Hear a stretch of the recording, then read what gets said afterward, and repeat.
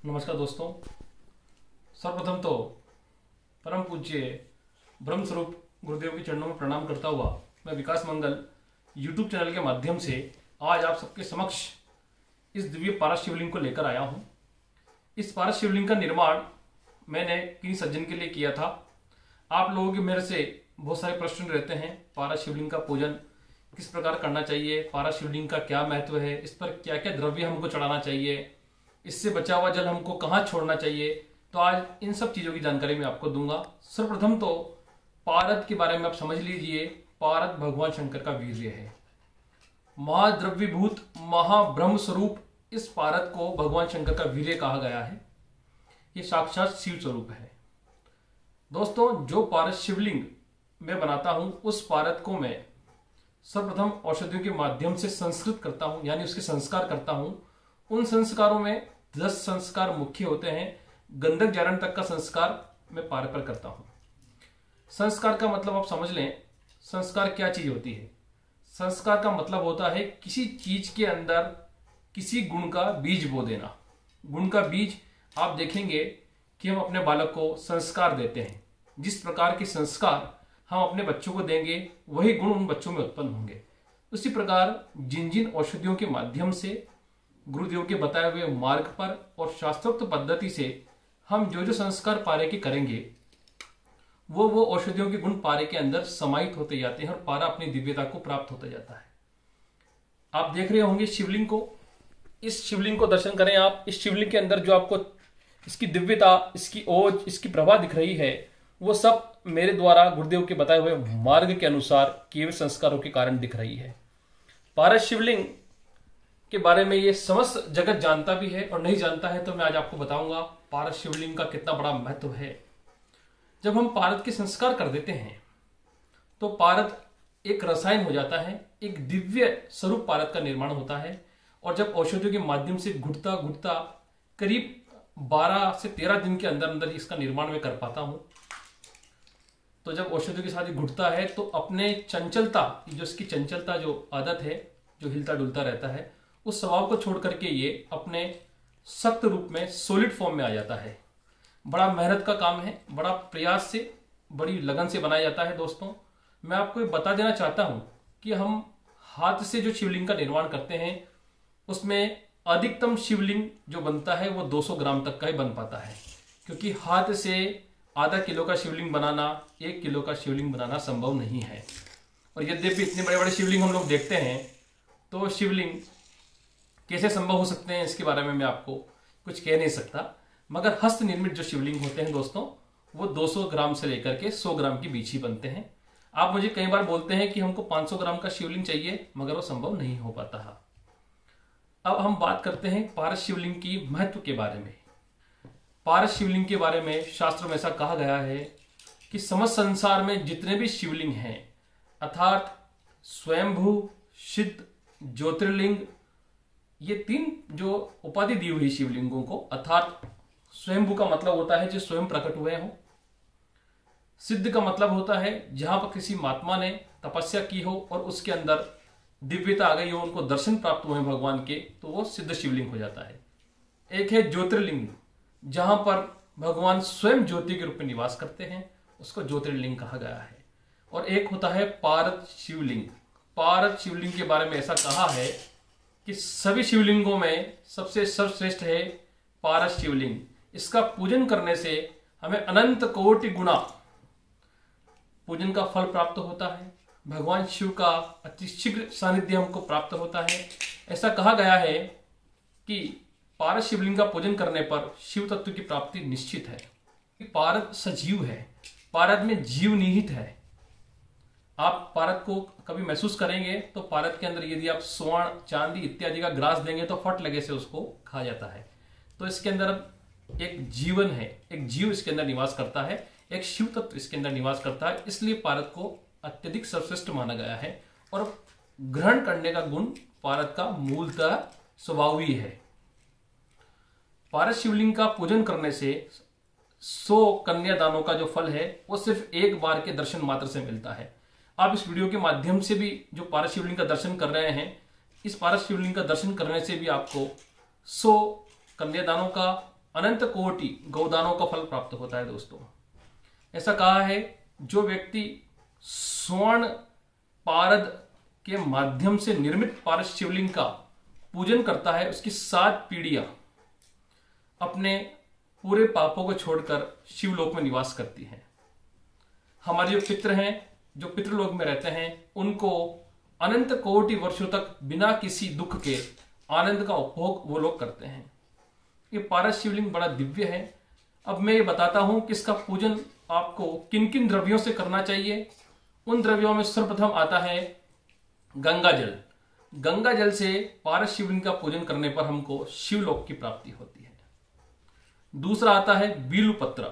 बीलू पत्र से शिवलिंग का अर्चन करने पर हमको शिव तत्व की प्राप्ति होती है और हमारी समस्त मनोकामनाएं पूर्ण होती है।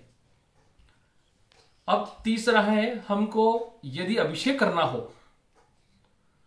तो अभिषेक के लिए सबसे बढ़िया होता है गंगा जल से अभिषेक करने पर जो जोड़ संबंधी व्याधि हमारे शरीर में है, कोई को बुखार चढ़ रहा है और वो बुखार नहीं उतर रहा है, तो उस बुखार को उतारने के लिए आप रुद्री के नमक चमक अध्याय का संपुट लगा करके यदि आप पारस शिवलिंग का अभिषेक करते हैं तो जो रोग है, जो दोष है, वो जीवन से चले जाते हैं।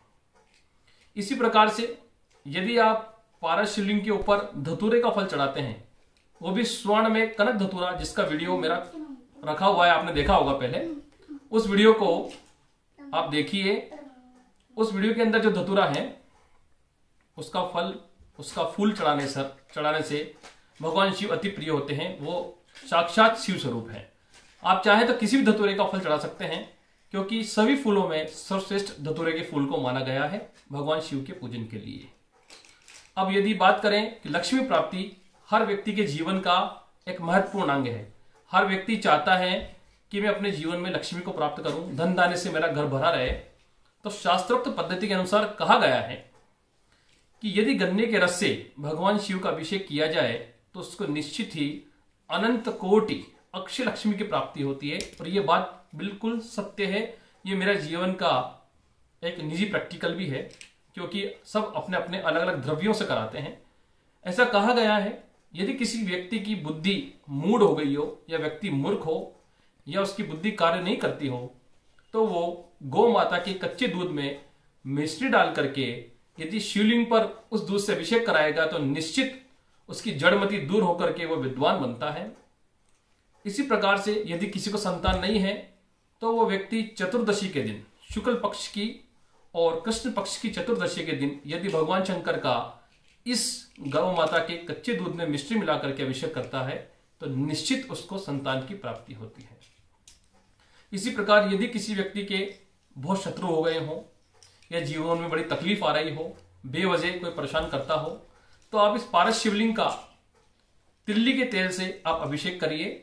वही रुद्री से, रुद्र सूक्त से, नमक और चमक जो पंचम और द्वितीय अध्याय है उसके माध्यम से आप इनका अभिषेक करें तो निश्चित तौर पर आपका जो जीवन में शत्रु भाव है वो खत्म हो जाएगा और सबसे आपका प्रेम संबंध बना रहेगा।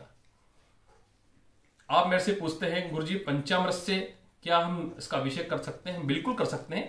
पंचामृत से अभिषेक करने पर हमको समस्त भौतिक जगत की जितनी भी वस्तुएं हैं उन सब की प्राप्ति होती है और धीरे धीरे भगवान शिव की कृपा से हमारी मनोकामना पूर्ण होती चली जाती है। इसमें दोस्तों एक ही बात का ध्यान रखना होता है कि हमारा मन पवित्र हो, हमारे विचार शुद्ध हो और भगवान के प्रति हमारी सच्ची जो है श्रद्धा होनी चाहिए। हमारा मन कहीं और चला जा रहा है और हम पूजन कर रहे हैं तो पूजन ना करें तो ही बढ़िया है। अब इस पर जो हम जल चढ़ाते हैं, आप देखते हैं जो अभिषेक हम करते हैं, जो हम जल चढ़ाते हैं उसको कहाँ रखना चाहिए। आप लोग मेरे से बार बार पूछते हैं फोन करके कि गुरुजी हम जो अभिषेक कर रहे हैं उस जल का हम क्या करें। देखिए, अभिषेक के ऊपर जो अपने भगवान पारस शिवलिंग के ऊपर जो अभिषेक किया है उसका जो जल है उसको आप पहले सेवन करें, पूरे परिवार को दें, क्योंकि ये दोष मुक्त है। मेरा शिवलिंग बिल्कुल संस्कारित है।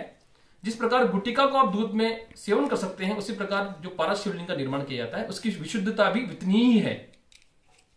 उस पंचामृत को आप लेंगे तो आपके शरीर के समस्त रोग दूर होंगे, आपकी मनोकामनाएं पूर्ण होंगी। और जो बचा हुआ पंचामृत है या बचा हुआ जो जल है उसको आप किसी बिल्व वृक्ष की जड़ में छोड़ दें तो और आपके और मनोरथ सफल होंगे। यदि बिल्व वृक्ष ना हो तो किसी ऐसे खेत में छोड़ दें जहां पर इसको आराम से डाला जा सके और कोई उस पर गंदगी ना करे। या फिर किसी बहती हुई नदी में छोड़ दें, ताकि वो नदी के अंदर भी पवित्रता उत्पन्न होगी, क्योंकि ये कोई अशुद्ध चीज तो है नहीं, दूध, घी, गाय का घी इत्यादि होता है। अब आपको मैं विशेष बात बता देता हूं। आप मेरे से पूछते हैं जलेरी किसकी होना चाहिए गुरुजी? देखिए, पारस शिवलिंग की जो जलेरी है, सर्वप्रथम तो वो होना चाहिए गंधक की। यदि गंधक निर्मित जलेरी उपलब्ध ना हो सके तो आप लोग चाहें तो पत्थर की जलेरी सर्वश्रेष्ठ है, उसका निर्माण करा करके आप उपयोग में ले सकते हैं। या फिर आप चाहें तो किसी रत्न की, हीरा, पन्ना, माणिक, मूंगा इत्यादि की जलेरी बना करके भी शिवलिंग को रख सकते हैं। आप चाहें तो किसी धातु की, जैसे मैंने ये निर्माण कराया है किसी व्यक्ति ने, तो उनके लिए मैंने ये शिवलिंग और ये चांदी की जलेरी है, उनके लिए बनवाई थी। इतनी सुंदर है, ये मेरे को भेजना था, आप लोगों की वीडियो के लिए रोक रखा था मैंने। इस प्रकार से बनवा सकते हैं। या आप चाहें तो जो जलेरी होती है वो अष्टधातु की बनवा सकते हैं या पीतल की बनवा सकते हैं। ये आपको विशेष ध्यान रखना है, ये पारस शिवलिंग भूभक्षित तो होता है, अल्प मात्रा में ग्रास लेता है। 1 ग्राम का 1000वां हिस्सा ही खाएगा, इसलिए आप इतना ना घबराना कि हम चांदी में बना लेंगे तो क्या चांदी को खा जाएगा। बहुत अल्प मात्रा में इसका भक्षण है। ये साक्षात पारदेश्वर है। आप लोग चाहें तो चांदी का जो घेराव होता है पिंडी के यहाँ का, इसको आप मोटा बनवा सकते हैं, ताकि ये लंबा चलता है और आप लोगों को कोई दिक्कत नहीं आती है। मेरे द्वारा बनाया हुआ शिवलिंग है वो पूर्णतया ठोस है, ये कहीं से भी नहीं खिरता है, बिल्कुल सख्त है। इसकी चमक आप जो देख रहे हैं वो चमक वैसी की वैसी है। दोस्तों, पारदेश्वर का जो पूजन हम करते हैं, हमारा जीवन ही बदल जाता है।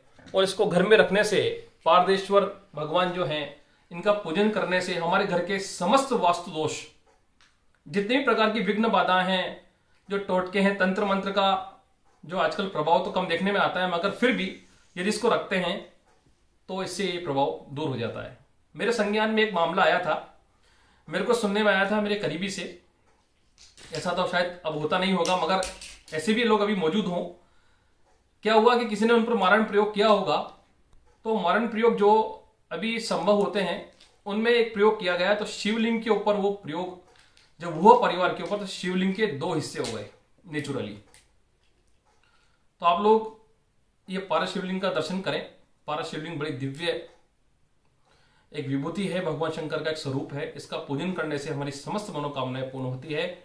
दोस्तों, मेरा मोबाइल नंबर है 7014415 फिर पुनः रिपीट कर देता हूं 7014415950। मैं विकास मंगल पुनः आप सबसे हाथ जोड़कर विदा लेता हूं। नमस्कार, धन्यवाद।